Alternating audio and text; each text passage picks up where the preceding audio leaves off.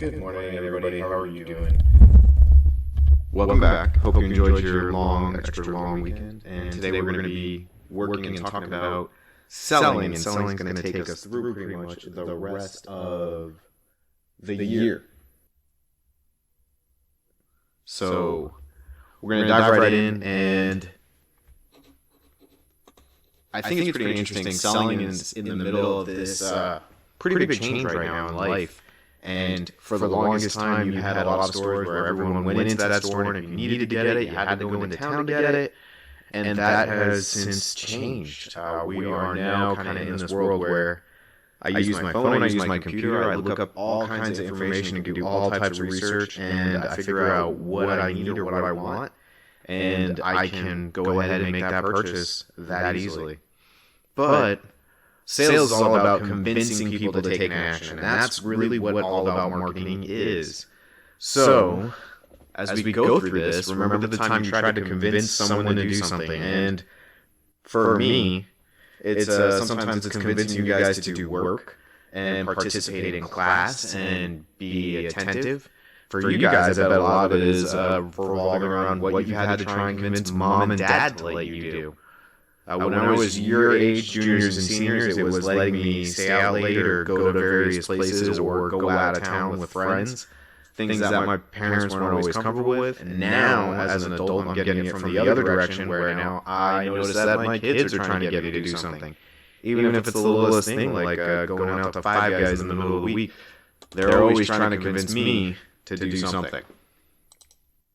So bunch of objectives for this, and I've taken this whole selling process, and it is 4 or 5 chapters that are crazy detailed, and I've kind of got it knocked down to 4 or 5 weeks in just one unit test that we're going to do over that period of time. And there are a lot of fun things we get to do throughout this, and we'll go through that kind of as we go along. But I think you guys are going to enjoy us and the way this comes across. So for this section, though, we are going to work on explaining the purpose and goal of the selling function. We're going to discuss how selling is related to marketing, and I think I just touched on that. What is customer relationship management, which we've actually touched on 2 or 3 times already. We'll talk a little bit about sales trends and techniques, and we'll summarize management, and then we'll talk about quickly legal and ethical issues, and that's a lot, but we'll get there. So marketing concept comes alive with selling, and the biggest, newest tool that sales folks use is called customer relationship management. And that is this whole process that is used to get people to make buying decisions. So, and like it says, sales management helps customer relationship management and sales management efforts help achieve purpose and goals of selling. So 3 vocab words, one of them is that customer relationship management, or CRM, a call report, and a sales quota. So selling and marketing concept, how do these 2 tie together? So what is the purpose of selling? It is to help customers make some form of decision, right? Buy this, use this service, so on and so forth. And the goal is usually to think of it like a supermarket, create an ongoing relationship where people want to come back on a regular basis to make purchases. So here is your formal definition of a CRM. That's a system that involves finding customers and keeping them satisfied. And if you've ever heard me talk about a company in particular, usually it is HubSpot and Salesforce. Those are 2 very popular CRM systems. Those companies make an incredible amount of money. And if you got into them from a stock standpoint early, you have made a ton of money over the past few years because they have grown exponentially fast. So hopefully you got that down. Here is an example of a CRM system, and you can see this is a dashboard with a lot of information. And really, this is all about how information is put through a system. This looks like some type of manager's dashboard. And really, as your sales reps are inputting information, this is kind of what's being created. And you have opportunity by state. So whether or not we won our lost opportunities and abandoned and suspended, like various levels of here's this potential to get the sales goal. Did we win it or lose it? You have total sales right here, so this company is at 12.2 million, and this is probably goal-oriented, so they're probably trying to get somewhere in here. Maybe it's just getting into the red. Total sales by rep, and so where their sales reps are and how they are performing. So here's your pipeline, so what you expect to come in, and you just have various levels of information. This information is totally customizable. You can do pretty much anything you want with it, and then if you look on your left here, we start to see all these different tabs that kind of goes into, hey, here's some of the tasks you have to do. Here's maybe your contacts, those would be your clients, organizations, companies. Here are potential leads that we need to follow up on, opportunities. So someone can work this. Actually, a group of people are always working this dashboard in an attempt to get clients, new clients, get clients to come back and just increase revenue. And they're called CRM systems. And this is, like I said, just an example of one of them. So the sales function and trends and technology. And some of these are probably going to be really obvious for you guys. Websites and social media, email, customer loyalty programs, computer software, and mobile devices and partnerships. This is everything that you guys have talked about in your papers. We've talked about all of these and in various levels, and they are definitely where selling has been migrating to from your traditional retail store. So I try to get an example of all of these in some way, shape, or form. Let's see if we can make that happen. That is me ordering off a website, obviously Amazon.com, and email, right? That's probably an email. So that would definitely cross email and website off. That'd be the top two right there. Well, I guess that'd be a website. Also, potentially maybe mobile device. AmazonStore.com loyalty program right there. And also some form of partnership. Ooh, mobile devices, got that one. And there's partnerships right there where you can join, advertise, and earn through using Amazon on your various websites. So you can get up to 10% in advertising fees from qualifying purchases, not just products you advertise. So there is a program where you can use affiliate links to advertise various items on Amazon, and you yourself will get a portion of the fee associated with them, with other people purchasing that product. So we're jumping into sales management and the 4 concepts of sales management and some examples of that. And at any point in time, if I'm moving too quick, let me know. I'm putting all this up here, and I know I'm talking fast, but a lot to go through. So company policies is where we're starting. That is everything the company sets forth. That is what they are trying to do and accomplish. And there might be policies might be few and far between, and some companies are incredibly detailed. All staff have to know policies, obviously, in order to follow the agenda and the goals of the company. And they are usually set forth to create some amount of honesty and integrity, good characteristics that a company should have. And there is some amount of reporting that is part of company policy. Moving on to training. Training is obviously a must for sales management. You want people to follow whatever your process is, and I will tell you about one of the ones that I went through from a PepsiCo standpoint. What was my sales training at that point? It was called the SNAC model, and I remember it to this day. But that training has to be demonstrated and proven to be effective in order for a company to be successful.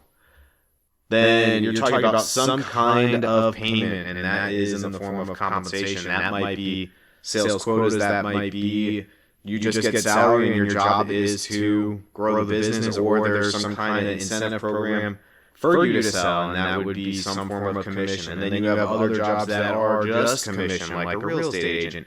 Doesn't get paid anything until a home is sold. And a lot of times that creates a non-consistent salary, and that makes some people uncomfortable. At the same time, there's a lot of incentive to sell if you're not getting paid regularly. And then the last one is legal and ethical issues, and that ties into things like sales pressure and regulation, and then contracts. All of those are their own little buckets. Sales pressure, if you guys don't know this, Wells Fargo was convicted of opening false accounts, and they ended up terminating not only the CEO, but about 5,000 employees for unfortunately doing this, opening up accounts in people's names that were never wanted by the client at all. So they opened banking and checking accounts, so on and so forth.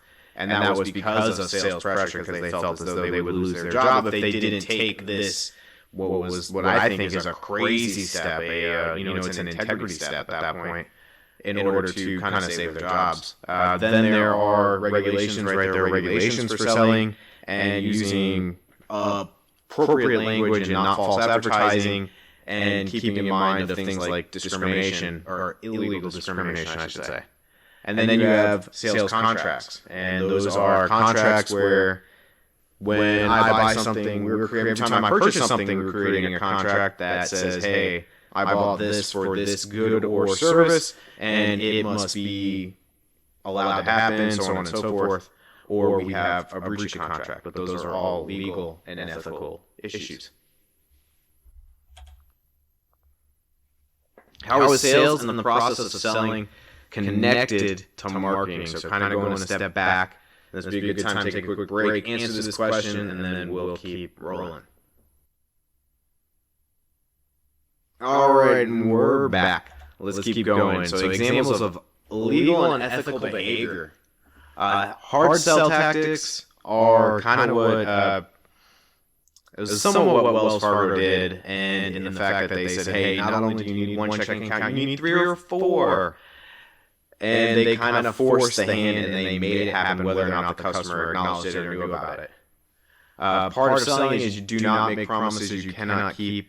This is a little bit less frequent than it used to be, where you could really get away with saying something, but with everything being recorded nowadays, that is a lot harder.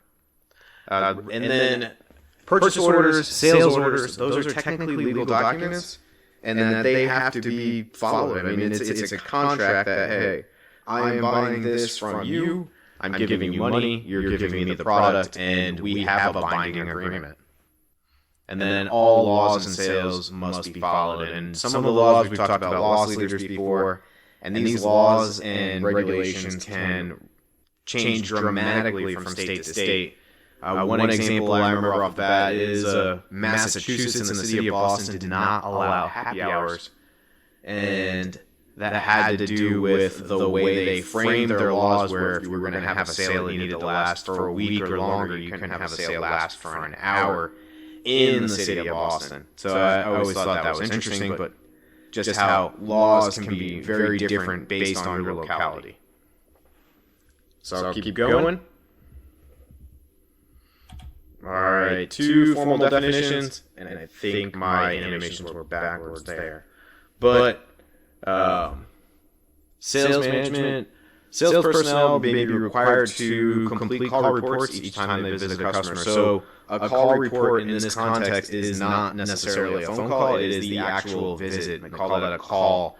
I used to go on sales calls when I worked for PepsiCo. Used to go on sales calls when I worked at the bank, and that would be any time you met with the customer. You might go ahead and actually do some type of form or some type of documentation so that you would remember all the things that were done or said, and if you were really good, you wrote down or remembered as much as possible and added it to the system, to your call report and the customer's profile.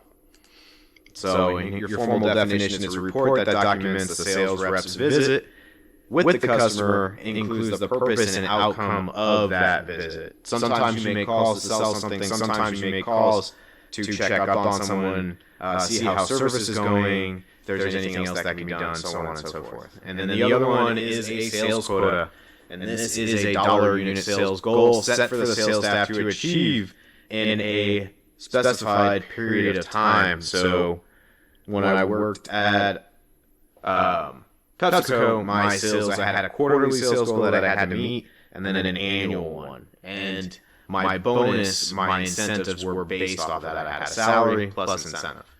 And it was, to me, it was always fun because it was that urge to need to find something. So put an example of a call report up here, and you can kind of see the 3 salespeople, Adam, Bob, and Kathy, and then they have new calls, follow-up calls, and on a date, and so on and so forth. And that's them going from location to location in order to make those calls and meet with customers. And then examples of sales quotas might be 10 cars this month or 9 homes this quarter, and all that's just saying is this is just what we're trying to do in this period of time. Oh, hey, that's it. That's it for section 1. We'll follow us up with section 2 next week, and there are a couple of smaller sections throughout. But to be honest with you, it's going to be pretty easy on the lectures, and it's going to be a little bit more kind of work, project-based that we have going on for the rest of this quarter. So that's it. I'm stopping there, and I will talk to you guys next time.